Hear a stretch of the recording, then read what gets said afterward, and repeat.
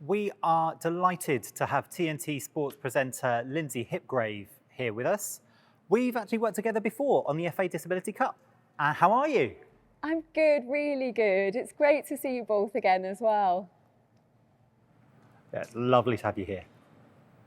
So over your career, you're obviously now the presenter for TNT Sports Premier League coverage, but previously you first started as a travel reporter. Just a bit about your transition to sports. Yeah, I studied broadcast journalism at uni, and then I started working in radio. I actually started working in music radio, presenting a breakfast show, and I always wanted to work in sport. I loved football growing up in Newcastle. And I was applying for jobs everywhere, and I listened to 5 Live all the time, constantly.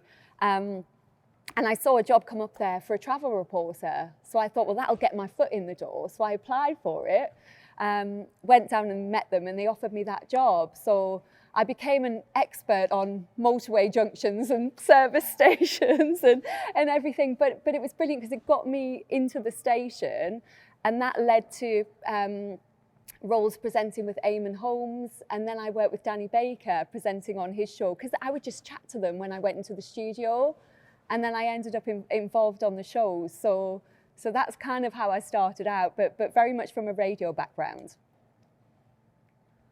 So who are your role models then in sports broadcasting, would you say? Well, when I started out, there weren't very many female football hosts at all in the industry.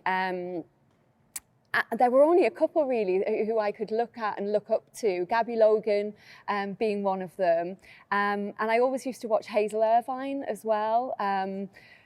They were absolutely brilliant at what they did, and it was great that I had those role models there, and brilliant that they've had such long careers as well. So I still look up to both of them now. They're absolutely brilliant. I've got so much respect for their longevity in the industry.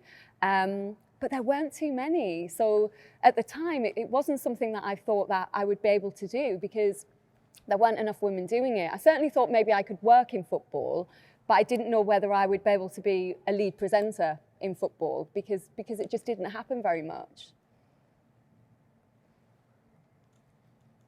Did they give you any tips or tricks along the way? Because I know sports broadcasting is a male-dominated industry. So any advice you got from them? No, not really. I didn't know them personally at the time. So I just kind of had to make my own mistakes along the way and pick up different tips. I've been lucky. I've had some really good bosses who've helped guide me along the way, and just, yeah, give me good bits of advice. I had one boss who used to say to me, you don't have to say all the facts, stats and figures in your question. You wouldn't be in that position if you didn't know what you were talking about. So just keep your questions really short, as succinct and as short as possible. Because initially I think I would, as a woman, I felt like I had to try and prove what I knew so that it looked like I deserved to be there.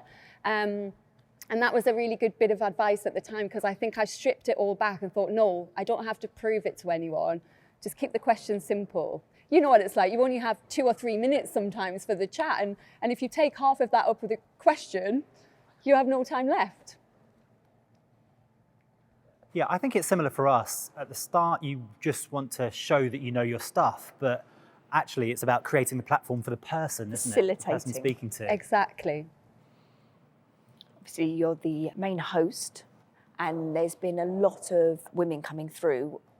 What would you say is the biggest difference in terms of women in the industry? I think it's just the industry's opened up more. I think people have more respect for the contribution that women could make in sport. You know, I think there are so many more role models. So anyone studying broadcast journalism at university now coming through like I was all those years ago, they can turn on any sports show and see women in that role.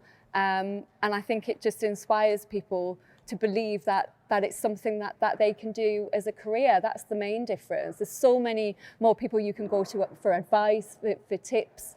And I try and do that as much as possible. If people contact me on Instagram or I get an email, someone asking for advice, you know, I'm happy to drop them an email or pick up the phone, because it's something that I really wish that I had when I was coming through.